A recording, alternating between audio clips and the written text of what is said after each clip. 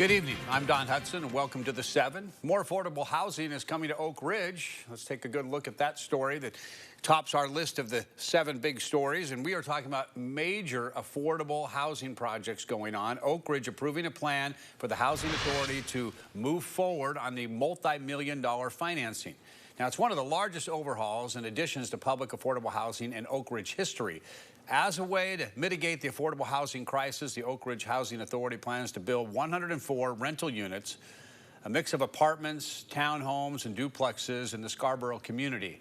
The group is putting those homes on 11 acres of land behind the Scarborough Community Center. Now, that land was donated by the city. It's not all going to be apartments, by the way. We're told the plan calls for at least 10 single-family homes, and it's not all going to be in that neighborhood. The group wants to rehab 128 existing units at 8 sites across the city. Driving that need, a waiting list for public housing that's now packed with 1,800 families. Oak Ridge is not immune to the affordable housing crisis that we're seeing all across the country. This is really the first substantial development of in any time from affordable housing in Oak Ridge since its inception, which is huge. So we've really tried to say, okay, let's disperse that across everywhere, and so that it doesn't put any greater burden on infrastructure or services, social services, in any one area than the other. And so that's one of the thoughts processes behind that. Now, funding around $42 million will come from a tax credit program and bonds from the state. The Housing Authority hopes to start construction early next year.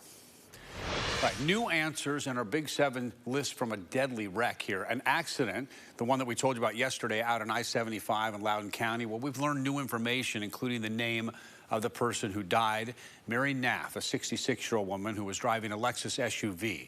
Now, 6 News obtained an incident report from the Tennessee Highway Patrol as well, outlining what investigators think happened, starting with Naff's SUV heading south, then crossing the grassy median into the northbound lanes. According to the report, her SUV hit a pickup truck head-on, leaving both in the middle of that northbound lane of the interstate. The driver of the pickup truck was hurt. Troopers list him as a 49-year-old man from Kentucky. They say both drivers were wearing their seatbelts. We are your local election headquarters, and we are now really at the halfway point for early voting here in Tennessee. And here in Knox County, we're seeing some big numbers and some long lines at several voting locations. The numbers keep growing. The Knox County Election Commission reporting more than 11,170 ballots cast on Thursday.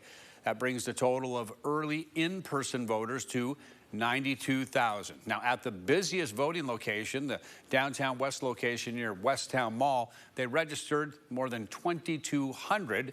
Residents are voting while they are away as well, with more than 5,000 people voting absentee, bringing the grand total of voters to just over 97,000.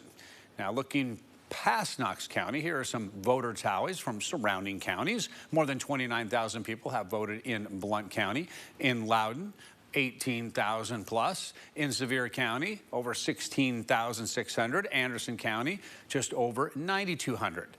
In Union County, over 2,700 people voted, which, by the way, is 22% of their voting population. Another county to note, Cott County, that region was hit really hard by Helene, causing a change in voting locations. But through all that, more than 6,700 voters have made their way to the polls. Other takeaways at the halfway point of early voting, less than 1/3 of votes cast in Knox County were cast by City of Knoxville residents. Most of the votes are actually coming from the people who live outside of the city in the county. Also, the 55-plus age group accounting for around 2/3 of votes cast here in Knox County so far. Now, if you are voting absentee, here are some things you need to remember. A request for an absentee ballot, you got to make that request by October 29th. Absentee ballots can only be returned by mail. You have to put it into the U.S. Postal Service or FedEx or UPS somehow, and they cannot be hand-delivered. A ballot has to be received, again through the mail, by the time the polls close on Election Day, which is November 5th. So mail it I don't know, at least by the 1st, right? All right, looking around Tennessee, numbers from the Secretary of State's office say that the voter turnout so far is actually down from 2020 by about 110,000 votes, or roughly 7.8%. Also, Secretary of State Trey Hargett credits election workers in parts of the area hit by flooding from Hurricane Helene with doing an incredible job of adapting to the challenges created by the storm and the damage. Election administrators have done a really good job in the wake of the Hurricane Helene, is following up on any outstanding absentee ballots to make sure they're all accounted for and trying to determine if they need to send somebody a different one and spoil the old one. So I really feel like election administrators have really had a good, strong, proactive plan. Hargett also has a reminder for voters. Don't wear a shirt or hat that's promoting a certain candidate when you go to the polling place. You will be asked to cover it up or come back with a different hat or different clothing. All right, early voting runs through October 31st for everything that you need to know, if we didn't cover it already, including a sample ballot and the polling locations. Just head to our website, WATE.com. All right, tonight, the Knox County Sheriff's Office confirming to 6 News that a 13-year-old Cedar Bluff student has been arrested in connection with a school threat investigation. The Sheriff's Office says the teenager was taken into custody on Wednesday, charged with making threats of mass violence. A parent of a Cedar Bluff Middle School student shared an email that was signed by the principal, Desiree Jones. It stated that a student had been taken into custody after a potential threat was reported that day. The email continued to explain that school administration immediately notified school security and law enforcement, which responded and quickly handled the situation. The University of Tennessee experiencing record enrollment levels this year, but UT System President Randy Boyd says there are no plans of slowing down. He says UT is taking more measures to continue its growth. Nearly 60,000 first-year applications came in this year, an 18.4% increase overall. But efforts like painting UT murals across the state aim to continue to attract even more students. Along with providing an education to more and more students, Boyd says higher enrollment actually benefits the state's economy. The employers of the state of Tennessee are desperate for talent, and who better to provide them the talent? We're not growing for just to keep score. We're doing it because it's our mission, and this is a key way in which we serve the state of Tennessee. With more students comes more need for more housing at UT. In fact, UT broke ground on 2 new dorm buildings in the spring and has plans to secure more funding from the state to complete other campus projects. And one of those campus projects, renovations to Lindsey Nelson Stadium, home of, that's right, the national championship UT baseball team. Now, the Board of Trustees approved a $9.3 million budget increase, bringing the total funding now to $105 million. Now, the reason for the added money? Underground soil and utility conditions, and to speed up the construction process. All the renovations are expected to be ready by the beginning of the 2026 season, but some parts will be ready for the next season.